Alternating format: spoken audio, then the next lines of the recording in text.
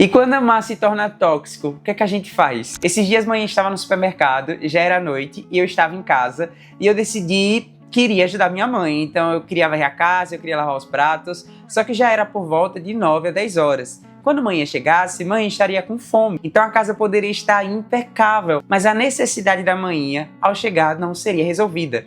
Manhã não estaria olhando a casa, manhã estaria se perguntando, meu Deus, o que é que tem para comer?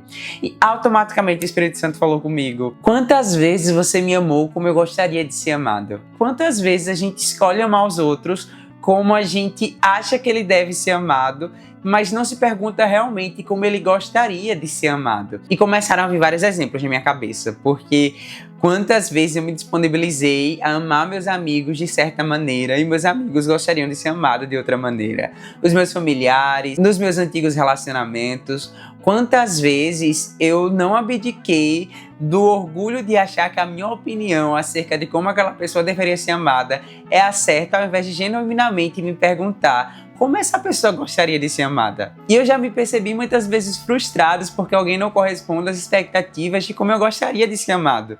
E agora essa mesma pessoa que se frustra quando isso acontece consigo é aquela pessoa que decide fazer igual com o outro. Amar requer de nós humildade. Humildade para escutar, humildade para suportar, humildade para entender que às vezes você vai estar errado. É necessário muitas das vezes abrir mão das suas certezas, abrir mão das suas opiniões, porque dentro de qualquer tipo de relação, não é só você que importa. Porque quando Deus me comunica essas verdades acerca de relacionamentos, eu repenso meu relacionamento com Deus, eu repenso meu relacionamento com o Espírito Santo. Porque quantas vezes eu escolhi amar Deus da forma que eu acho que Ele deveria ser amado, e eu não olhei para as Escrituras, não olhei para o coração de Deus, não atentei os meus ouvidos ao que Deus estava falando e afirmando para mim como Ele gostaria de ser amado. Quantas vezes eu acreditei que estava satisfazendo o coração de Deus indo para o culto uma vez por semana. Quantas vezes eu acreditei que o meu relacionamento com Deus estava tranquilo quando eu orava 5 minutos, 2 vezes por semana. Quando eu achei que estava tudo bem abrir minha Bíblia só durante o culto. Quando eu achei que estava tudo bem não fazer com que a minha vida não respeitasse Jesus, achando que estava tudo bem, com que meu ouvido escutasse coisas que não eram para escutar, que meus olhos vissem coisas que não eram para ver, que minha boca falasse coisas que não eram para serem ditas.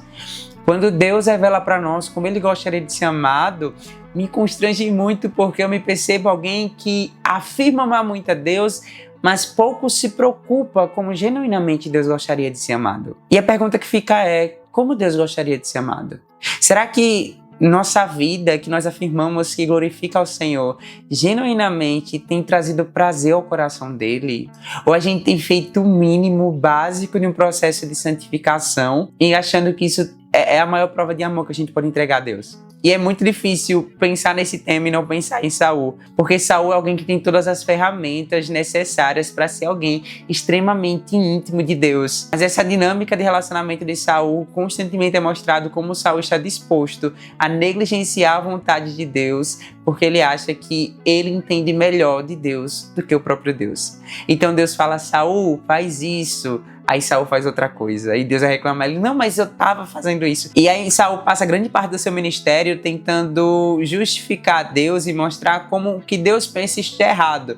Mas como o que ele, Saul, pensa é o que está correto e Deus só não está entendendo muito bem o que está acontecendo. Como Deus gostaria de ser amado? Como sua mãe gostaria de ser amada, como seu pai, seu irmão, sua namorada, seu namorado, sua comunidade de igreja local, como as pessoas que você lidera gostariam de ser amadas. Acho que é uma pergunta que, quando feita em um lugar de oração, pode nos trazer ótimas respostas. Acho que é isso.